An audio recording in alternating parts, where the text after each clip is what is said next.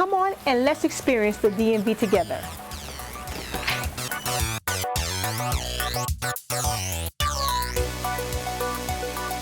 Remember, He is God of this city.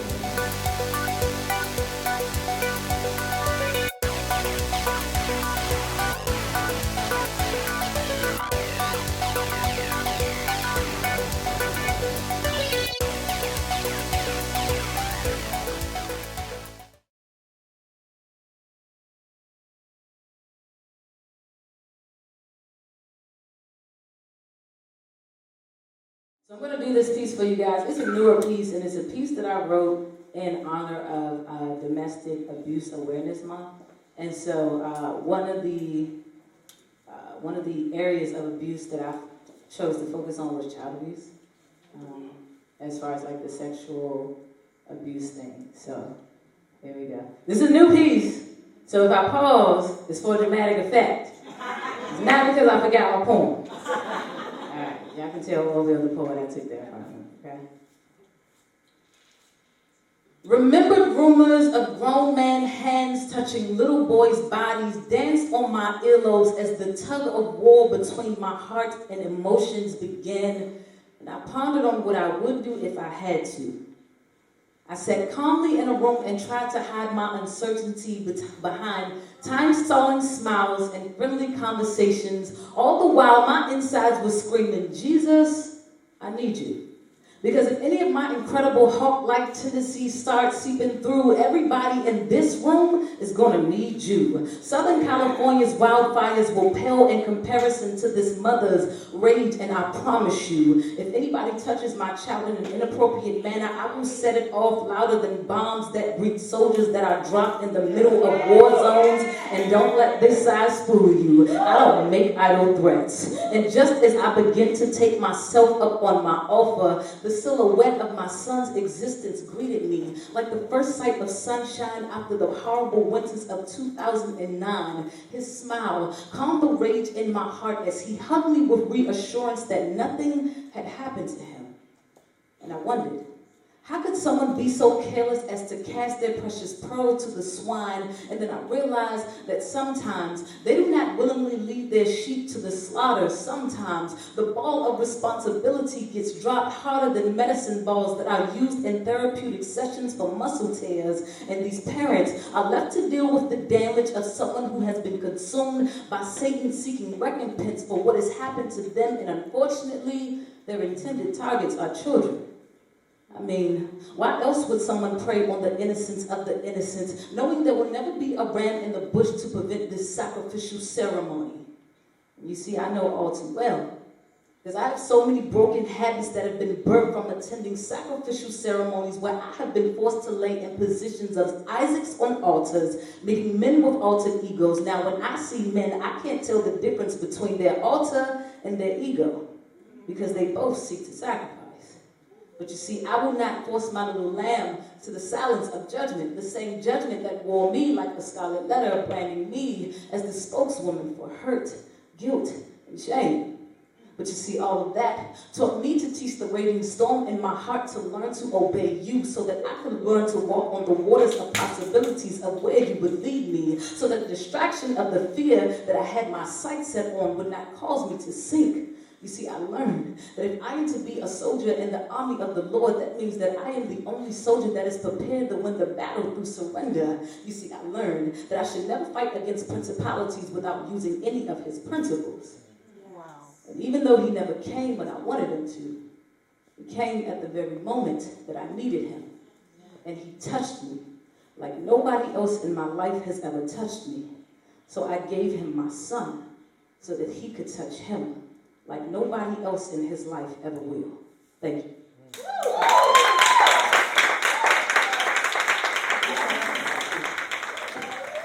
My son likes putting puzzles together. And I wondered where he developed this fascination for these carved out pieces. You see, when I gave birth to him, my life was one big puzzle, but I carved out pieces, hid them from him. I figured he was too young to understand them, but he was so close to me that he felt everything that I felt, found all of my broken pieces and laid them all out. He had it envisioned in his vision that putting things in their proper order was a part of his mission one by one. He viewed each piece's image, and every day he worked on his puzzle, vowing not to stop until he was finished. My son likes putting puzzles together, and it amazes me his amazement for putting these pieces in these empty spaces. Space fillers, kind of like all of the men that I have dealt with. I laid my pieces out on tables, hoping that what we did could create modern-day fables of Paul. When things fell apart but we weren't connected, we didn't have a firm foundation from the start, yet somehow bringing broken pieces together to make a beautiful picture is what I had expected, but our pieces were too sporadically placed. I couldn't handle them being all over the place, and when things got rough, we claimed we needed space, never tried to work it out. We found it easier to walk away. My son likes putting puzzles together, and it baffles me that he can create an image that his eyes have never seen, use his genius to create this picture that is made up, but perhaps this picture is a part of his makeup. Given to me by intelligent design, my son could be the love I had lost redefined, helping me to see what I could never see because I was too broken, but he found the connection between my brokenness and my beauty. He came to abolish my misconceptions that men only come to leave things broken. He never heard the story of Humpty Dumpty, but he had a pure desire to put me back together again. My son just wanted to remind me that I was beautiful.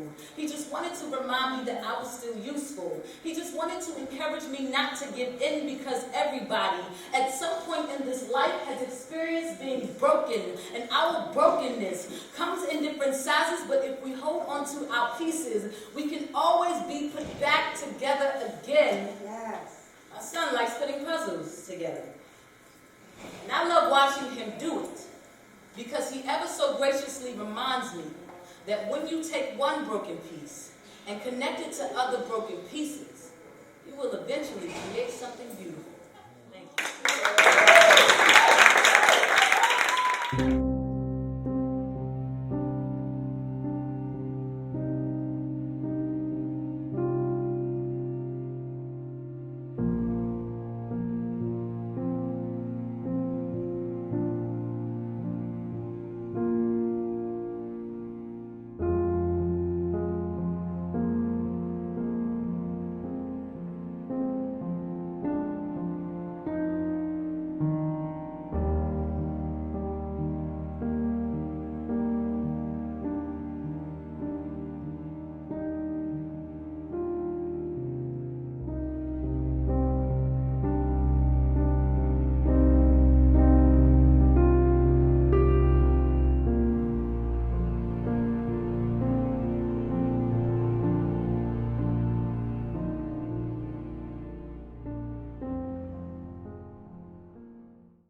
To give you a little bit about Central Virginia Justice Initiative, and then we'll go on to maybe some more of the facts and details here. We're a faith-based organization that is located in Fredericksburg area, Spotsylvania, Stafford, and the surrounding areas.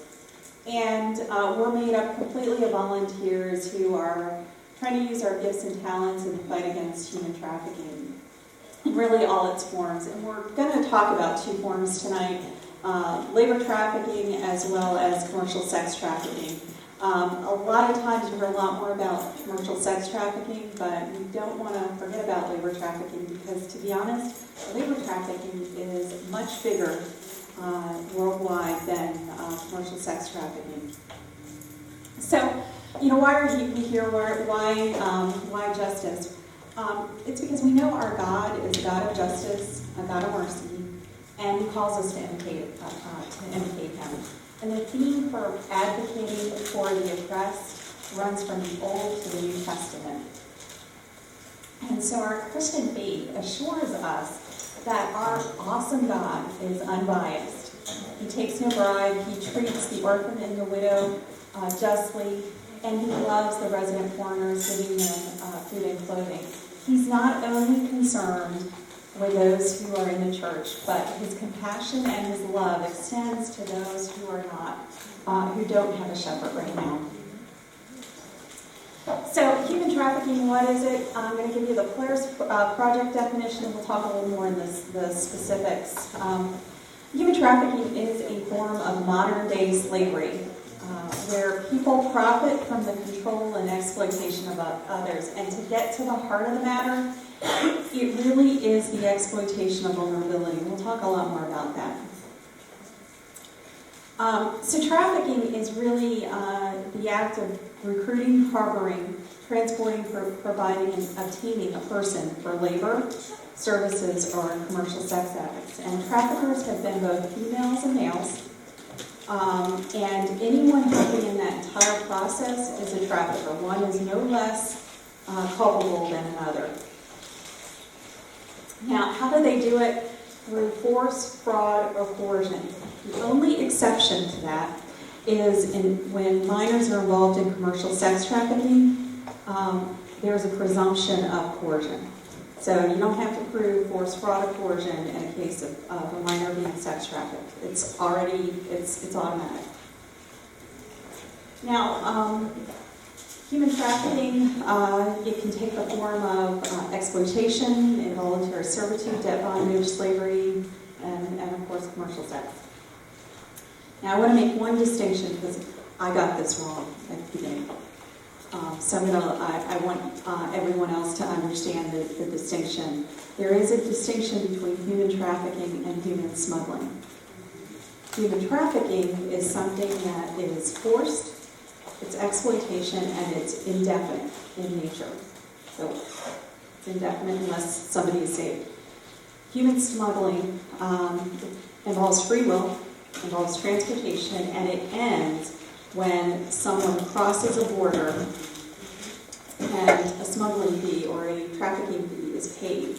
Now, human smuggling can turn into human trafficking, and it often does, because the person who's being smuggled can't pay the fee, or because there are additional fees that get added on.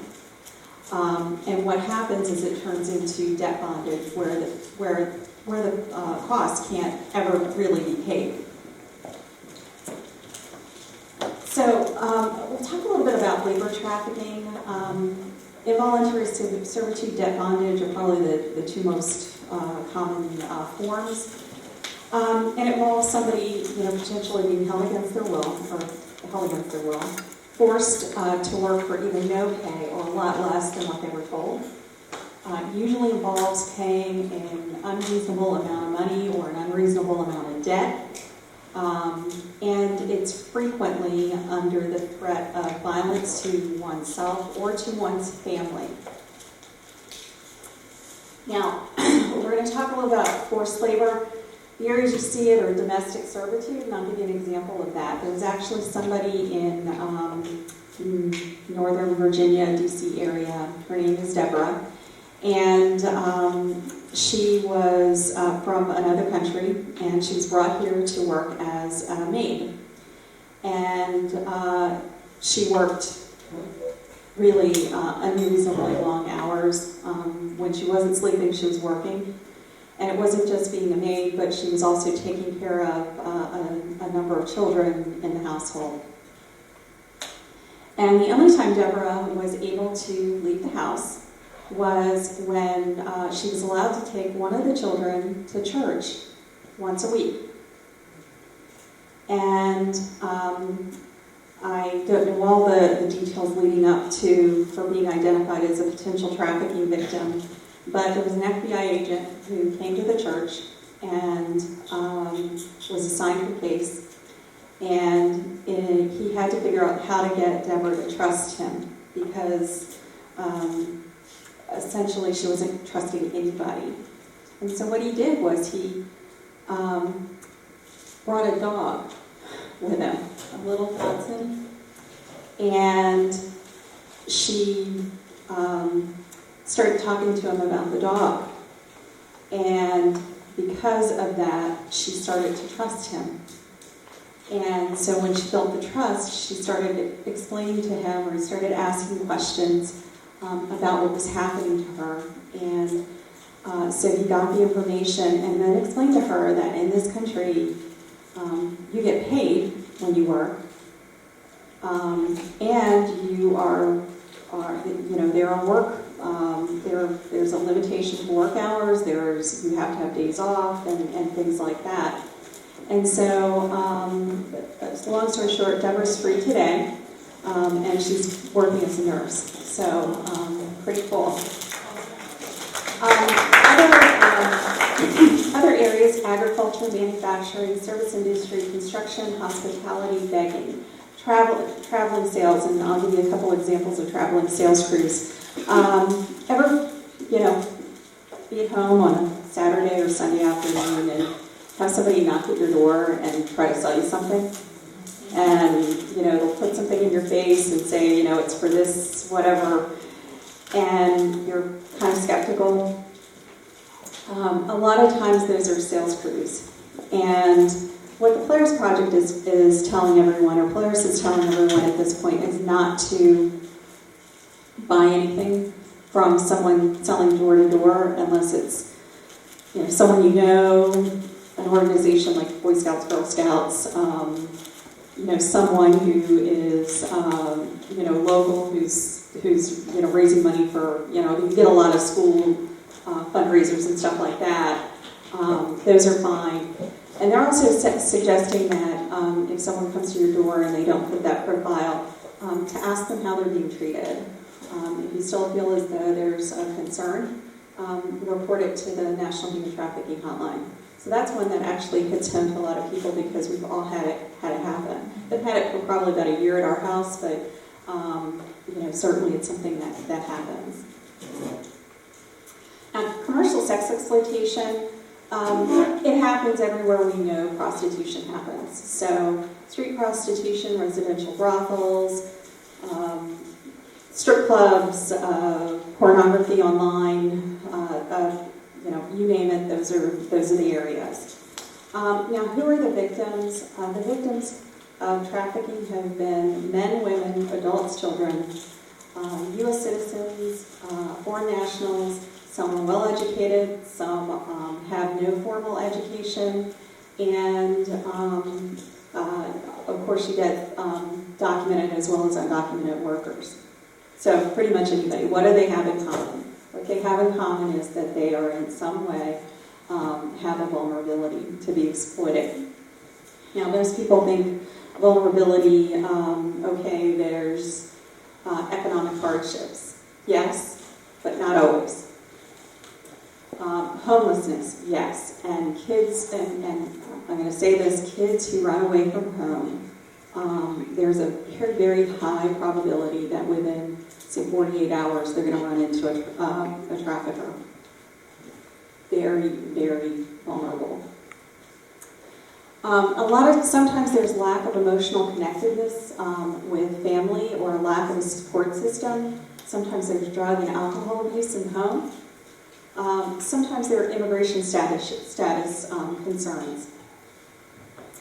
And I'm going to butcher this because I don't have it written down, but Holly Austin Smith, who is an advocate for human trafficking, she was actually trafficked as a child. She wrote a book called Walking Prey. And she said that teens who are more influenced by the media than the most positive role model at home are potential victims of trafficking, influenced by the media. Now, I want to give you one example that tends to shock people quite a bit. And in Northern Virginia, there have been cases of girls, predominantly, living at home, going to school. After school, their traffickers pick them up. They take them someplace to be trafficked for an hour or two. Then they drop them off at home without anyone at home knowing there's a problem. That's scary. Now, I'm going to just talk quickly about common forms of trafficking. There's familial trafficking, and there have been victims who said their first pimp was their mother, their father, an uncle, someone in the family system. There's pimp control, I think we all know what that is. Gang control, or also I like to call it organized crime control, as well as trafficking in boys. Now, recruiting, where does it happen? And the recruiting is all based on false promises. So whatever it is that the teen or the person wants, that's what the trafficker is going to focus on. So online social media, sexting, malls, skip parties, bus stops. There have been cases in schools. I will say that I don't know of any in this area. Neighborhoods, the boyfriend or lover boy method, and I'll describe that in a minute. The girlfriends of pimps who recruit, as well as gang members and abduction. Now, gang members will not traffic other gang members. It's not a sign, it's disrespectful, but they will find others to traffic. Again, bottom line, false promises, preying on vulnerability. The boyfriend or lover boy method is the most common in terms of commercial sex trafficking lore in the world. I think it occurs in 164 countries or something to that effect, and it occurs pretty much in all of them. And it goes something like this. You have a girl who is vulnerable for whatever reason, meets someone who makes promises on what she wants, whether it's clothing or shoes or in the case of Holly Austin Smith, I think she wanted to be a musician. Sometimes it's I'll make you a model. You can go to Hollywood and be discovered.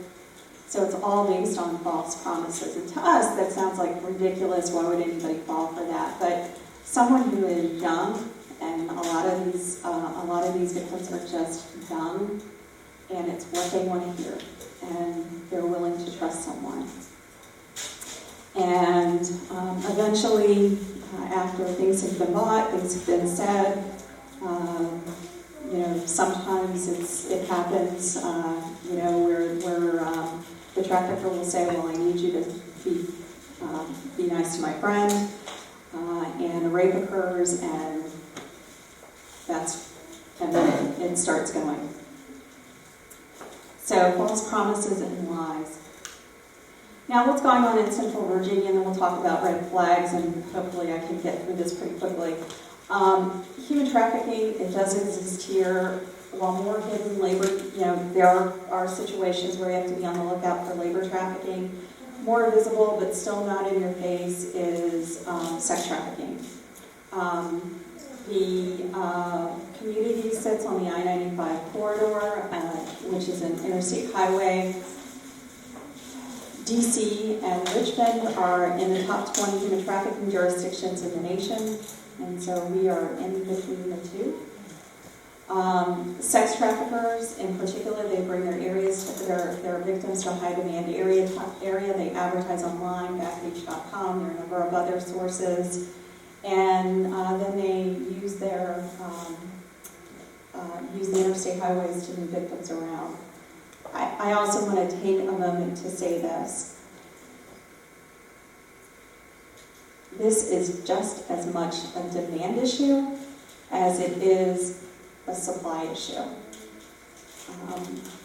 If there were no demand, there would be no supply. Regrettably, there is demand. So that's something we can work on as a church. Red flags really quick here. Victims may develop loyalty and positive feelings towards their traffickers as coping mechanisms. So one thing to remember is that things may be different than they seem. Stockholm Syndrome is absolutely something that happens. Sometimes victims do not know where they are because traffickers frequently move them to escape detection. So one of the things in particular we talk to folks who are in the healthcare industry is we tell them when you're talking to a patient and they don't know where they are, that's a pretty big red flag. There's also quite a bit of fear. Now, personal documents, traffickers will take personal documents, particularly if it's someone who is here quite possibly on a legal visa. They'll take the legal visa away and they'll hold it from them, and they'll tell them that they will turn them in if they say something. The other thing, it isolates the potential victim or the victim. In terms of wages.